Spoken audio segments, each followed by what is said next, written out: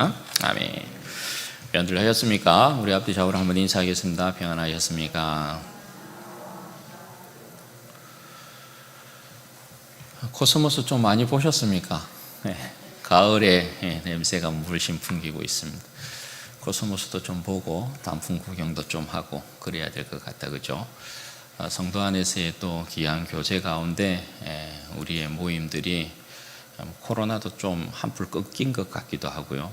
그래서 우리의 모임도 계속해서 좀 활성화되었으면 좋겠다 싶고, 하나님께서 주시는 은혜와 평강의 복들을 우리 사랑하는 성도들 이 가을에 더욱 풍성히 누리게 되는 복된 은혜의 역사가 있기를 주님의 이름으로 축원드립니다. 여러분, 성경은 모세가 죽었을 때에 그의 눈과 기력이 쇠하지 아니하였다, 그렇게 말씀을 하고 있습니다. 나이가 들면 여러분 나타나는 현상 가운데 하나가 뭡니까? 시력이 나빠진다는 것입니다. 저도 이렇게 안경을 빼잖아요. 그럼 여러분 이제 안 보입니다, 사실. 그냥 형체만 보여요, 형체만. 안경을 빼면 장애 등급을 받아야 될 정도가 됩니다. 나쁜 시력을 개선하기 위해서 많은 방법들을 사람들이 사용합니다. 때로는 라식이라는 수술, 라섹이라는 수술들을 이렇게 하게 되는 것을 보게 되고요. 또 렌즈를 끼는 것도 보게 되죠. 왜냐하면 시력이 그만큼 우리에게는 중요하기 때문에 그렇죠. 보지 못하면 굉장히 답답하잖아요. 주님께서도 여러분 말씀하실 때 눈은 몸의 등불이다, 그렇게 말씀을 하시면서 눈이 성하면 온몸이 밝을 것이고 눈이 나쁘면 온몸이 어두울 것이다, 그렇게 말씀을 했습니다. 그만큼 이 시력이라는 건 우리의 인체에 있어서 중요한 역할을 하고 있는 것이라고 말씀드릴 수 있는 거죠. 그런데 여러분, 그와 더불어서 우리에겐 중요한 하나의 눈이 더 있습니다. 그 눈이 여러분 어떤 눈입니까? 영적인 눈을 이야기합니다. 오늘 성경의 표현으로는 마음의 눈, 이렇게 표현하고 있는데요. 이 마음의 눈이라는 건 보이지 않는 세계를 보는 눈을 이야기하는 것입니다. 주 예수를 믿는 자들에게만 주어진 영적인 시력이라고 할 수 있는데요. 이 시력을 여러분 절대 잃어서는 아니 되는 것이죠. 신앙의 연수를 더할수록 또 나이가 들수록 더욱더 밝아져야 하는 것이 우리가 가지고 있는 마음의 눈이라고 할 수 있고 영적인 눈이라고 할 수 있습니다. 왜 마음의 눈이 밝아야 하느냐? 마음의 눈이 밝아지는 것이 왜 중요하냐? 오늘 여러분 우리가 살펴보게 되는 바울의 기도 세 번째인데요. 여기에 다 나타나 있습니다. 살펴보고 은혜를 좀 나누도록 하겠습니다. 여러분, 지난 시간에 바울이 에베소 교인의 믿음과 사랑을 위해서 기도하면서 먼저 기도했던 내용이 뭡니까? 지혜와 계시의 성령을 너희에게 주사 하나님을 알게 하시면 좋겠다, 그렇게 기도를 했었습니다. 그리고 오늘 또 이어지는 기도의 내용이 너희들의 마음의 눈이 좀 밝아졌으면 좋겠다, 그렇게 기도를 하고 있습니다. 그럼 그 이유가 무엇이냐? 마음의 눈이 밝아졌으면 좋겠다. 사도 바울이 에베소 교인을 위해서 기도할 때 그렇게 기도하고 있는 이유가 뭐냐? 그 이유가 뭐겠어요? 마음의 눈이 밝아져야만 육신의 눈으로는 보지 못하는 영적인 복들, 복음의 부요함들을 볼 수 있기 때문에 그런 것입니다. 여러분, 이것은 바울의 경험이 깔려있는 내용이라고 할 수 있겠죠. 사도행전 9장에 보면 사도 바울이 주님을 만난 사건이 기록되어 있지 않습니까? 그때 여러분 사도 바울이 주님을 만났을 때 일어난 현상 중에 하나가 뭡니까? 사도 바울의 눈에서 비늘 같은 게 벗겨졌다, 그렇게 말씀을 하고 있어요.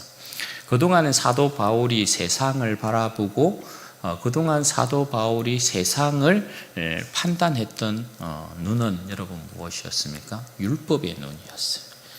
그는 율법에 완전히 사로잡힌 자로서 율법의 시선으로 세상을 바라보고 율법의 시선으로 예수님을 바라보았던 것이고 율법의 시선으로 모든 사람들을 바라보고 세계를 해석했다라는 것입니다. 그러니까 주님 안에 있는 예수님 안에 있는 영적인 세계를 결단코 볼 수 없었던 사도 바울이었어요. 그런데 주님을 만나서 그 비늘이 벗겨진 것이었어요.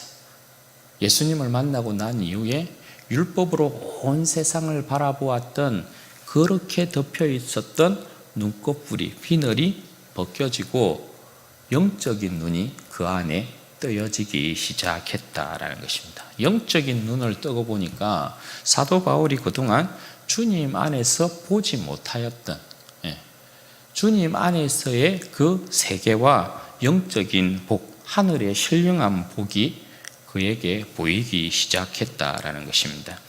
주님의 이 세계와 복은 자신이 이전에 율법으로 말미암아 보았던 세상과는 너무나 다른 복이었어요. 주님 안에 있는 영적인 복이라는 건 이 세상의 복이 아니었어요. 육체의 복이 아니었어요. 가나안 땅의 복이 아니었어요. 이 세계와 이 세상과는 전혀 비교되지 않는 영적인 부요한 복이 그에게 보이기 시작했단 말이죠. 여러분, 마음의 눈을 밝힐 때, 마음의 눈이 밝을 때 보게 되는 세 가지 복이 있습니다. 그걸 이제 사도 바울이 이야기하고 있는 건데요. 첫 번째가 여러분 뭡니까? 오늘 말씀해 보면 너희의 마음의 눈을 밝히사 그의 부르심의 소망이 무엇이며 이렇게 말씀하고 있습니다. 부르심의 소망이 무엇인지 너희가 좀 보게 되었으면 좋겠다. 그렇게 말씀을 하고 있는 거죠. 여러분, 여기에서 그의 부르심의 소망, 그러니까 예수 그리스도 안에서 주님께서 우리를 부르신 그 부름의 소망이 무엇인지 너희가 알았으면 좋겠다. 그렇게 말씀하는 거거든요. 이건 뭘 이야기하는 것일까요? 우리의 존재의 가치와 의미에 대한 부분을 이야기하는 거예요. 여러분, 구약시대에 하나님께서 이스라엘 백성을 부르신 이유가 무엇이었습니까? 하나님께서 시내산에서 저들을 불러서 모세를 통하여서 말씀하시지 않았습니까? 하나님께서 모세를 통해서 이스라엘의 존재의 이 의미와 가치를 창조의 기사로부터 설명했던 것을 우리가 보게 되죠. 내가 왜 세상을 창조하였는지 너희는 아느냐? 내가 왜 아브라함을 불렀는지 너희는 아느냐? 내가 왜 아브라함으로부터 너희를 조성하였는지 너희는 알고 있느냐? 내가 왜 애굽에서부터 너희를 불렀는지 너희는 아느냐? 창조의 세계나 저들의 조상을 부른 일어나 애굽에서부터 구원을 이룬 이 일은 여러분 무엇을 위한 것이었습니까?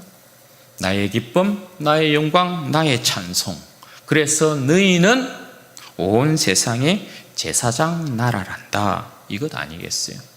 이스라엘은 제사장 나라로서 하나님을 전거함으로 온 세상으로부터 칭송을 받고요, 하나님의 기쁨과 영광과 찬송이란 의미와 가치로 부름받은 것이죠. 그런데 이스라엘 백성의 부름은 뭐였습니까? 종으로서의 부름이었다라는 거예요. 그럼 여러분, 에베소 교인들, 저들을 부르신 부름의 이 소망, 그건 여러분 뭘 이야기하는 것입니까? 저들의 존재의 가치와 의미는 무엇을 이야기하는 것일까요? 누가 어디에서부터 저들을 불러낸 것입니까? 저들은 저들의 창조주의자 구속자이신 예수 그리스도로 말미암아 부름받은 백성이다. 이렇게 이야기. 내가 왜 세상을 창조하였는지 아느냐? 내가 왜 이스라엘 백성을 너희 앞서 불렀는지 아느냐? 내가 왜 이 땅 가운데 왔는지 아느냐? 내가 왜 십자가를 지고 죽었는지 아느냐? 내가 왜 부활했는지 아느냐? 내가 왜 너희를 죄와 사망의 권세에서부터 너희를 구원했는지 아느냐? 무엇을 여러분 위한 것이었습니까? 나의 기쁨과 영광과 찬송 삼기 위하였어. 그래서 너희는 온 세상의 왕같은 제사장이란다. 이것 아닙니까? 교회는 왕같은 제사장으로서 예수 그리스도를 전가함으로 온 세상을 구원하고 하나님 아버지의 기쁨과 영광과 찬송이라는 의미와 가치로 부름받고 있는 것이죠. 그런데 여러분, 이 부름은, 교회의 부름은 종으로서의 부름이 아니라 아들로서, 자녀로서의 부름입니다. 부름의 이 소망에 대한 영광이 다릅니다. 이스라엘 백성과 교회를 견줄 때에 부름에 대한 이 영광이 여러분 다릅니다. 역사의 위치가 다릅니다. 이스라엘 백성은 모세를 통한 종으로서의 부름이고 이 땅에서의 제사장이지만 교회는 하나님의 아들 예수 그리스도를 통한 아들로서의 부름이고 하늘과 땅을 통일시키는 왕같은 제사장으로서의 부름이다, 이렇게 이야기하는 거예요. 사도 바울이 오늘 에베소 교회인을 위하여서 기도하면서 육신적인 이스라엘 백성이 부름받은 그 부름과 비교하여서 교회가 부름받은 그 부름의 영광이 무엇인지 너희가 마음의 눈을 좀 떠서 이것을 보았으면 좋겠다, 그렇게 말씀하고 있는 거예요. 기도하고 있는 거예요. 이게 첫 번째 내용이에요. 두 번째가 여러분 성도 안에서 기업의 영광의 풍성함, 이거예요. 여러분, 기업의 영광이란 뭘 이야기하는 것입니까? 하나님을 섬기는 백성에게 주시는 하나님의 상, 복, 그걸 이야기하는 것이라 할 수 있겠죠. 하나님께로부터 부름받은 이스라엘 백성, 하나님을 섬겼던 이스라엘 백성이 모세를 통해 받은 영광의 기업은 여러분 무엇이었습니까? 그건 다른 것이 아니라 젖과 꿀이 흐르는 가나안 땅이었습니다. 신명기 8장에 여러분 잘 나와 있습니다. 신명기 8장 7절에서 10절 말씀해 보면 젖과 꿀이 흐르는 가나안 땅에 대한 소개가 쫙 나와요. 내 하나님 여호와께서 너를 아름다운 땅에 이르게 하시나니 그곳은 골짜기든지 산지든지 시내와 분천과 샘이 흐르고 밀과 보리의 소산지요 포도와 무화과와 석류와 감람나무와 꿀의 소산지라. 내가 먹을 것이 모자람이 없고 내게 아무 부족함이 없는 땅이며 그 땅의 돌은 철이요 산에서는 동을 캘 것이라. 내가 먹어서 배부르고 내 하나님 여호와께서 옥토를 내게 주셨으므로 말미암아 그를 찬송하리라. 지금 여러분 우리가 읽어봐도 이 땅을 참 기업으로 받으면 정말 좋겠다, 그런 생각이 들잖아요. 이 말씀을 읽고 있으면 참 뭔가 모르게 여러분 배부르지 않아요? 참 이상적인 땅이다, 뭐 이런 생각도 들고. 이게 여러분 이스라엘 백성이 하나님께로부터 받은 기업이라고 할 수 있어요. 참 여러분 풍성한 땅 아니에요, 그죠? 그런데 여러분 이스라엘 백성은 아무리 기업의 영광의 그 풍성함을 이야기해도 여러분 뭡니까? 땅에 기름진 복, 땅에 기름진 복 외에 아무것도 아니에요. 이스라엘 백성이 하나님을 종으로서 섬길 때 하나님께서 주신 복이 이와 같단 말입니다. 풍성하죠.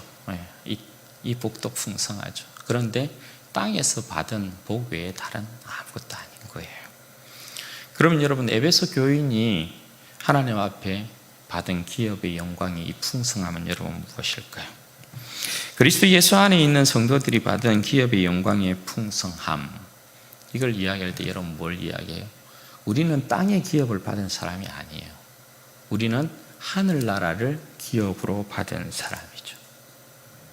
쇠하지 아니하고 무너지지 아니하고 흔들림이 없는 이 땅의 소산이 아니에요.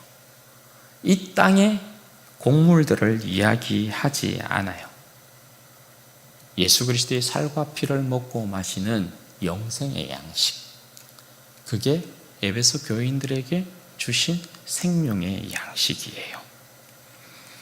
그러니까 예수 그리스도 안에서 부름받은 백성에게 하나님께서 주신 이 기업의 풍성함이란 땅과 비교가 되지 않는 하늘의 풍성함. 땅은 흔들리는 나라잖아요. 한번 흔들어버리면 싹 날아가요. 그런데 하늘은 여러분 흔들리지 아니하고 쇠하지 아니하고 무너지지 않는 영원한 나라예요.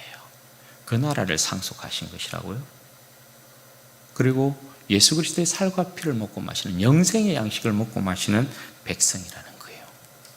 그리고 예수 그리스도 안에 있는 성도가 가지는 기업의 풍성함이란 이게 이제 다 따라 나오는 것입니다. 고구마 이렇게 뭐 캐내면 줄줄이 엮여 나오는 것처럼 또 하나의 여러분 이 기업의 풍성함이 뭐예요? 하나님을 아버지라 부르게 된 자녀의 이 영광됨, 이거 빼놓을 수 없죠. 이스라엘 백성은 하나님을 아버지라 부르지 못했다라는 것 여러분 아시죠? 왜냐하면 종으로서의 부름이기 때문에 그래요. 하나님께서 그 자신을 개인적으로 나를 아버지라 불러라 이렇게 말씀하지 않아요. 그런데 교회는 여러분 예수 그리스도 안에서의 부름이기 때문에 그 기업의 영광의 풍성함을 안길 때 하나님께서 우리를 그의 자녀 삼으시죠. 자녀 삼아서 하나님을 아버지라 부르게 하셨다라는 거예요. 그러면 여러분 계속해서 우리가 말씀드리는 거지만 자녀이면 뭐라는 거예요? 상속자예요. 하나님의 자녀이면 하나님의 상속자고 그리스도와 함께한 상속자다, 그렇게 이야기하죠. 이 말씀은 뭐냐면 성도들이, 예수 그리스도 안에 부름받은 성도들이 하나님의 나라의 직접적인 상속자가 되었다라는 것을 말씀하고 있는 거예요. 이스라엘 백성에게는 종으로의 부름이어서 이런 표현 자체를 사용하지 않는다는 것입니다. 그리고 또 하나, 예수 그리스도 안에 있는 성도들이 받는 기업의 영광의 그 풍성함에는 여러분 무엇이 있습니까? 우리가 하나님의 자녀이기 때문에, 하나님 나라의 상속자이기 때문에, 하나님의 나라를 직접적으로 상속받는 상속자의 위치에 있기 때문에 우리는 뭐예요? 예수 그리스도와 함께 왕노릇하는 것이란 말입니다. 그리스도와 함께 하늘 보좌에 앉아서 온 세상을 심판하고 다스리게 될 것이에요. 이것이 교회가 받고 있는 기업의 영광의 풍성함입니다. 가나안 땅과는 비교할 수 없는 위치와 영광을 점하고 있는 것이 교회라 할 수 있죠. 사도 바울이 그 이전에 자신이 율법의 눈으로 보았을 때, 그리고 그가 종으로 부름받고 있었던 위치에서, 유대인의 위치에서 하나님을 섬겼을 때 그가 절대 볼 수 없었던 기업의 영광이에요. 이게 우리에게는 하나님께서 이렇게 말씀하지 않았는데, 그러니까 예수 그리스도 안에서 영적인 눈을 뜨고 보니까 이런 고차원적인 복이 있었구나. 너희의 마음의 눈을 밝혀서 하나님께서 이 기업의 영광의 풍성함이 무엇인지 좀 보게 했으면 좋겠다, 이렇게 말씀하고 있는 거예요. 그리고 마지막으로 하나님께서 베푸신 능력이요. 수식하는 표현들이 좀 많은데요, 그냥 단순히 하나님께서 베푸신 능력이라고 말하지 않냐고 오늘 말씀해 보면 어떻게 이야기해요? 그의 힘의 위력으로 역사하심을 따라 믿는 우리에게 베푸신 능력의 지극히 크심이 어떠한지 너희가 좀 알았으면 좋겠다, 그렇게 말씀하고 있어요. 여러분 뭘 말씀하고 있는 것일까요? 하나님께서 사실 그 백성에게 베푸신 위력이라는 건요, 힘의 위력이라는 건 언제나 여러분 굉장한 것이거든요. 인간의 힘과 능력을 이야기하지 않거든요. 하나님께서 그 백성을 위해서 베푸신 능력이라는 건 언제나 여러분 대단한 것이었죠. 그렇죠. 우리가 성경의 역사를 보면 여러분, 하나님께서 이스라엘 백성을 애굽 땅 가운데서 구원하여 내실 때에 10가지 재앙을 내리는 것을 보십시오. 피개, 이파, 악독음에, 흑암, 장자. 예?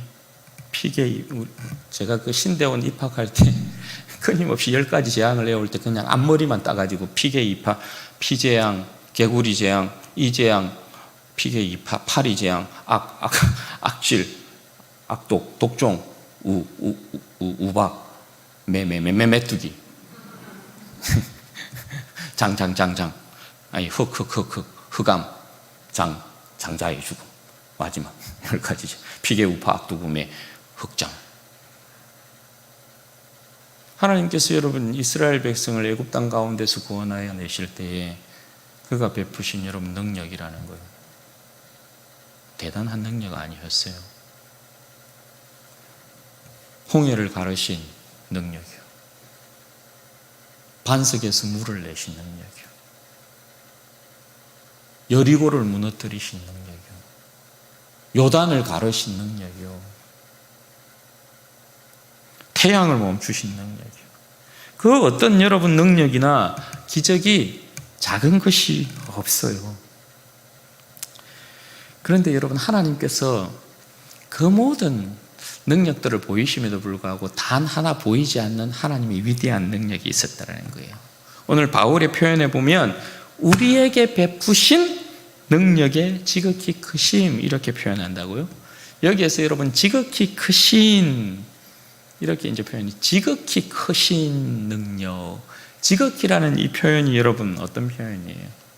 지극히라는 이 표현은 구약시대 때 여러분 많이 등장하죠. 그 표현이 어디서 나타나요? 성막, 성전의 성물들을 이야기할 때, 성물 중에 성물을 이야기할 때 지극히라는 표현을 사용해요. 거룩함 중에 거룩한 것을 지극히 거룩하다 이렇게 표현을 해요. 그 표현을 지금 여기서 사용하고 있는 거란 말이에요. 그럼 하나님께서 그 백성에게 베푸신 능력 가운데 그 전까지는 보이지 않았던 그 힘의 위력 중의 위력, 능력 중의 능력, 지극히 크신 단 하나의 능력이라는 게 여러분 뭘까요? 그게 여러분 뭘까요? 하나님의 아들 예수 그리스도의 십자가를 통해서 죄의 권세를 단번에 박살낸 능력이며, 아들 예수 그리스도를 통하여서 십자가에 그 아들을 죽이시고 부활시킨 그 능력을 이야기하는 거예요. 이 능력은 하나님께서 단 한 번도 이스라엘 백성에게 그 누구에게도 보여주지 않았어요. 이 능력이 그대로 누구에게 적용이 되었다는 거예요? 에베소 교인들에게. 구약에 하나님께서 그 많은 힘의 위력과 능력들을 보여서도 죄의 권세를 완전히 멸하신 사건을 나타내 보이지 않았어요. 능력의 반복이 있었을지는 몰라도 하나님께서 죄의 권세를 멸하시는 그 지극히 큰 능력을 단 한 번도 보인 적이 없었어요. 그 백성을 죄의 권세에서부터 구속하시고 부활의 생명을 주신 일이 단 한 번도 없었어요. 아들의 피로 저들을 속량하신, 죄 사함을 선언하시고 자녀 삼으신 일이 단 한 번도 없었어요. 그 능력을 단 한 번도 보여주신 일이 없었어요. 그런데 이방인인 에베소 교인들을 속량하시고 하나님의 자녀 삼으심과 부활의 생명을 주심에 있어서 동원하신 하나님 힘의 위력, 지극히 크신 능력이 무엇이었다라는 것입니까? 예수 그리스도의 십자가였다라는 것이. 사도 바울이 예수 그리스도를 만나고 그가 그 눈을 떠보니까, 영적인 눈을 떠보니까, 마음의 눈을 떠보니까, 그리스도 안에 있는 이 영적인 복이라는 게 이런 복들이에요. 알고 보니까 차별도 이런 차별이 없어요. 자기들도 나름대로 하나님께서 만국의 장자로 그들을 부르신 부름에 있어서 꽤 어깨에 힘주고 꽤 자랑할 만한 그런 위치라고 생각을 했는데 말입니다. 예수 그리스도 안에 있는 세계를 보니까, 예수 그리스도를 믿고 영적인 눈을 떠보니까 예수님 안에서 부름받고 있는 이 부름의 소망이나 성도의 그 기업의 영광의 풍성함이나 하나님께서 그의 힘의 위력으로 역사하신 그 백성에게 베푸신 능력의 지극히 크신 것이 그 이스라엘 백성에게 베푼 것하고는 비교가 안 되는 거예요. 이게 비교가. 너희가 이 엄청난 영적인 이 복음의 부요와 비밀을 좀 알았으면 좋겠다. 좀 알았으면 좋겠다. 그렇게 오늘 바울이 기도하고 있는 거예요. 여러분, 오늘 말씀을 통해서 세 가지 정도를 우리가 좀 점검해 보고자 해요. 첫 번째, 여러분, 우리의 부르심의 소망을 굳건하게 하자라는 것입니다. 여러분, 하나님께서 아들 예수 그리스도 안에서 우리를 부르신 부름의 소망은 여러분 분명한 거예요. 하나님께서 우리를 그의 자녀 삼으시고 왕같은 제사장 삼으심으로 온 세상에 구원의 복음을 전거하고 하나님의 기쁨과 영광과 찬송 삼기 위해서 우리를 부르신 거예요. 우리의 존재의 가치와 의미가 여기에 있어요. 여러분, 이 부름에 있어서 첫 번째 불렀던 아담이 실패했어요.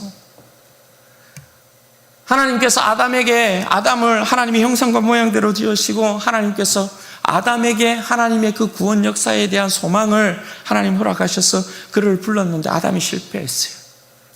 그 뒤로 이스라엘 백성을 불렀어요. 아브라함을 통하여서 이스라엘 백성을 조성해서 이스라엘 백성을 불렀어요. 이스라엘 백성이 이 부름에 실패했어요. 왜요? 아담과 이스라엘 백성이 하나님의 부름에 실패한 이유가 뭡니까?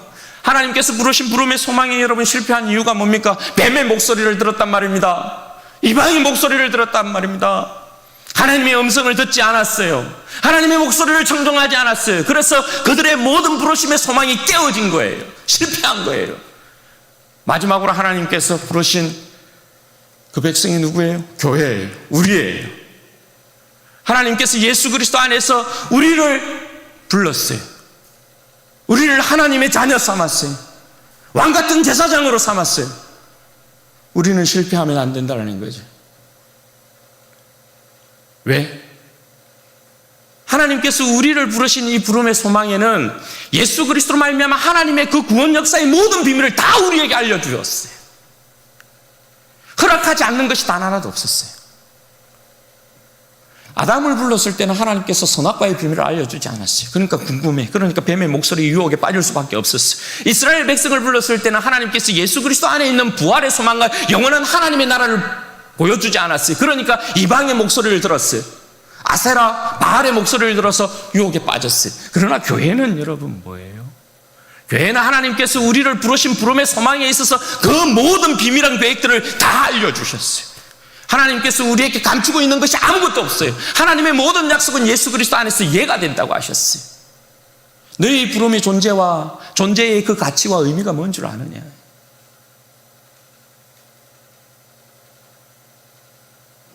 여기에 실패하면 안 된다는 거예요. 네. 여러분, 우리 존재의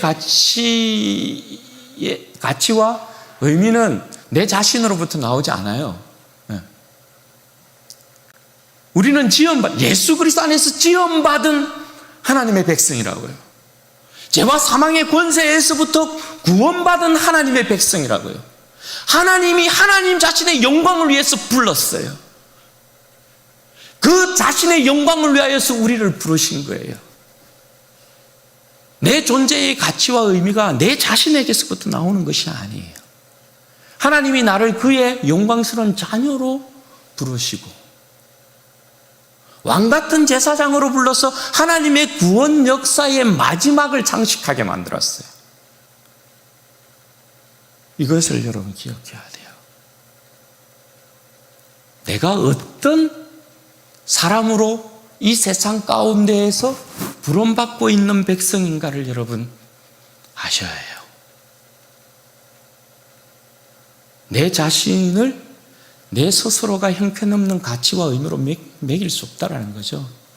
왜? 내 존재의 가치와 부름은 하나님께 있다니까요.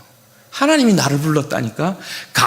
내 존재의 가치와 의미를 하나님께서 나를 부르실 때에 너는 나의 자녀란다. 왕같은 제사장이란다. 이 세계의 왕같은 제사장으로 내가 너를 불렀단다. 이것으로 부른 거예요. 세상이 함부로 나를 판단할 수 없어요. 그러니까 나의 존재의 가치와 의미는 오직 나를 부르신 내 주님께 있는 거예요. 귀하게 여기셔요. 내 자신을 하나님 앞에서 귀하게 여기고 이 세상에 아무것도 아닌 사람인 것처럼 살아가지 마요. 정말 하나님 앞에 존귀한 주의 백성으로 주의 자녀로 부름받고 있다는 걸 여러분 복음의 이 부요함 가운데 확인하셔요. 확인하셔요. 그리고 두 번째, 여러분 우리 기업의 영광이 풍성함을 기억하자라는 거예요. 우리는 하나님의 자녀, 하나님의 상속자입니다. 썩어질 이 세상에 그 어떠한 유산을 물러받고 있는 자들이 아닙니다. 무너지지 아니하고 쇠하지 아니하고 흔들리지 않는 영원한 하나님의 나라를 상속받고 있는 자녀라는 거 여러분 기억하셔야 합니다. 세상 사람들은 그렇지 않습니까? 세상 사람들은 이 세상에 부모님이 물려준 돈, 이런저런 부동산 그거 받으면 굉장히 부자인 것 같고 막 부유한 것 같고 막 그래요. 그런데 영원한 여러분 이 세계가 아닙니다. 영원한 것이 아무것도 없는 이 세상입니다. 이런 기억하셔야 되죠. 우리는 여러분 이 세상에 가치 없는 것, 흔들리는 것, 썩어질 것들에 대한 기업을 받고 있는 자들이 아니라 무너지지 아니하고 쇠하지 아니하고 흔들리지 않은 하나님의 나라를 상속받고 있는 상속자라는 사실을 여러분 기억하셔야 합니다. 여러분 요즘 세상에 보면 1원짜리, 10원짜리, 100원짜리 아니 1000원짜리라도 쉽게 여러분 찾아볼 수 있나요? 없죠. 요즘은 기본적인 단위가 10,000원짜리인 것 같고 50,000원짜리인 것 같아요. 그죠? 그만큼 이 나라가 잘 살게 되었다는 걸 이야기하는 거겠죠. 여러분 마찬가지 아니겠어요? 부요한 하나님의 나라를 상속받고 있는 상속자이면 이 세상에 가치가 여러분 보이지 않아야 돼요. 이 세상에 썩어질 땅의 것들이 우리의 눈에 차지 않아야 합니다. 이 땅에서 여러분 좀 가난해도 괜찮습니다. 이 땅에서 좀 모자라도 괜찮고 없어도 괜찮고 약해도 괜찮고 부족해도 괜찮아요. 힘없어도 괜찮아요. 작아도 괜찮아요. 좀 아파도 여러분 괜찮아요. 왜요? 복음의 이 부요함으로 위로받을 날이 와요. 복음의 부요한 그 영광, 하나님 나라의 그 영광으로 말미암는 넘쳐나는 위로를 받는 그 날이 우리에게 와요. 우리에게 와요. 반드시 우리에게 와요. 가난함이 부요함으로, 모자람이 채움으로, 약함이 강함으로, 아픔이 강건함으로, 무명함이 유명함으로, 슬픔이 기쁨으로 바뀌는 날이 옵니다. 우리는 상속자이기 때문에 그렇습니다. 또한 여러분, 우리는 예수 그리스도와 함께 왕노릇할 자임을 기억하셔야 합니다. 왕노릇할 자들이 세상에 종노릇한다는 것 부끄러운 것입니다. 우리는 이 세상을 심판할 자이고 다스릴 자의 위치에 있다는 것, 이런 꼭 기억하고 계셔야 돼요. 그리고 세 번째, 우리에게 베푸신 능력의 지극히 크심이 무엇인지를 알자라는 것입니다. 여러분, 우리에게 어떤 것이 기적인가요? 우리에게 어떤 것이 큰 기적인가요? 홍해를 가른 기적이 큰 기적으로 보입니까? 여러분, 여리고를 무너뜨린 기적이 큰 기적으로 보입니까? 태양을 멈춘 기적이 큰 기적으로 여러분 보입니까? 병을 고친 기적이 큰 기적으로 보입니까? 죽은 자를 살린 기적이 큰 기적으로 보입니까? 그 기적들도 큰 기적들이 맞죠. 그러나 여러분, 하나님께서 우리에게 베푸신 그 능력의 지극히 크신 역사가, 우리에게 베푸신 하나님의 힘의 위력으로 우리에게 베푸신 그 능력의 지극히 크신 사건이 여러분 뭐라고요? 능력 중에 능력이 뭐라고요? 지극히 크신 능력 중에 능력이, 힘 중에 힘이 뭐라고요? 예수 그리스도의 십자가라는 것입니다.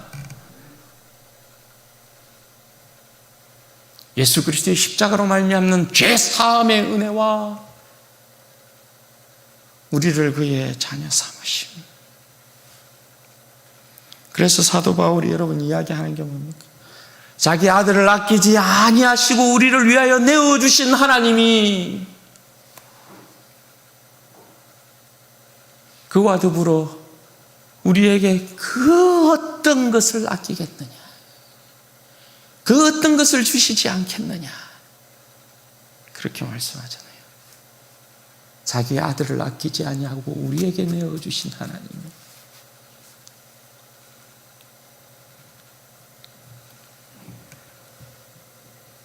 예수님으로 말미암는 제사함의 은혜와 부활의 능력이 우리에게 부어졌어요. 여기에 내포하고 있는 여러분 능력이 성령의 능력 아니에요? 왜? 아들을 죽음 가운데서 일으키신 부활의 능력이란 성령의 능력을 이야기하는 거잖아요.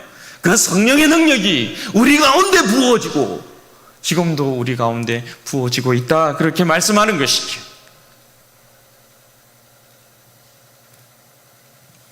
그래서 사도 바울이 빌립보서 4장 12절 13절에 보면 이렇게 고백해요. 나는 비천에 처할 줄도 알고 풍부에 처할 줄도 알아. 모든 일 곧 배부름과 배고픔과 풍부와 궁핍에도 처할 줄 아는 일체의 비결을 배웠노라. 내게 능력 주시는 자 안에서 내가 모든 것을 할 수 있느니라. 내게 능력 주시는 자 안에서 내가 모든 것을 할 수 있느니라. 성령의 능력이 여러분 우리 가운데 어디 도망갔습니까?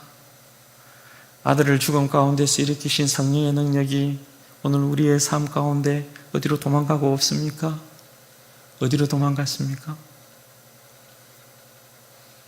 아들을 죽음 가운데서 일으키신 성령의 능력이 우리와 함께합니다. 네. 하나님의 사랑이 여러분 우리와 함께합니다. 하나님의 능력이 우리와 함께합니다. 지극히 크신 하나님의 능력, 성령의 능력이 여러분 우리와 함께합니다. 여러분, 우리의 구원엔 우리가 앞서도 보았지만 삼위 하나님의 모든 힘과 모든 위력과 모든 능력과 모든 권능이 동원되어 있다는 거 여러분 아셔야 돼요. 여기에 뭐가 나오는 줄 아십니까? 여기에 하나님의 질투가 나옵니다. 왜? 삼위 하나님의 모든 힘과 영광과 능력과 권능과 그 위력을 동원해서 우리의 죄를 사하시고 우리의 죄의 문제를 해결하고 우리를 하나님의 자녀 삼으신 것이란 말입니다. 죄의 권세가, 사망의 권세가, 죽음의 권세가 이 세상이 우리를 무너뜨리려고 하면 하나님의 이 질투가 가만히 있겠어요? 아니요, 그럴 수 없죠. 왜? 하나님은 우리를 하나님의 자녀 삼는데 그 모든 것을 쏟아부었기 때문에 하나님의 질투가, 우리를 위한 하나님의 질투가 나타날 수밖에 없는 거죠. 그러니까 세상은, 죽음의 권세는, 사망의 권세는 절대 우리의 영혼을 앗아갈 수 없어요. 우리를 빼앗을 수 없어요. 말씀드리지만 단 하나, 우리가 스스로 이러한 구원의 영광과 능력을 안겨주었음에도 불구하고 하나님을 부인하고 세상으로 다름질하지만 않는다면, 예수님을 배신하지만 않는다면 우리의 구원을 그 누구도 흔들 자가 없다라는 것이에요. 사랑하는 여러분, 구원의 눈을, 우리의 마음의 눈을 밝히 떠야만 보이는 영적인 복들과 복음의 부요함들이에요. 여러분, 이거 보이셔요? 우리의 부름의 소망 여러분 확실히 보이셔요? 성도의 기업의 영광의 풍성함이 여러분 보이셔요? 우리에게 베푸신 하나님의 능력의 지극히 크심이 무엇인지 여러분 보이셔요? 보이셔요? 이걸 항상 보고 있어야 됩니다. 여러분, 이 복음의 부요함 앞에 한번 서보십시오.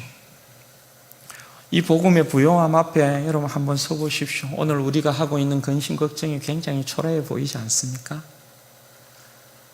여러분, 이 복음의 부요함 앞에 한번 서보십시오. 우리가 이 세상 가운데서 좀 더 가지고자, 좀 더 얻고자, 좀 더 여러분 누리고자 힘쓰고 애쓰는 모습이 애처롭지 않으세요? 이 복음의 부요한 영광 앞에 한번 서보십시오. 한날의 괴로움이 여러분 부질없어 보이지 않으세요?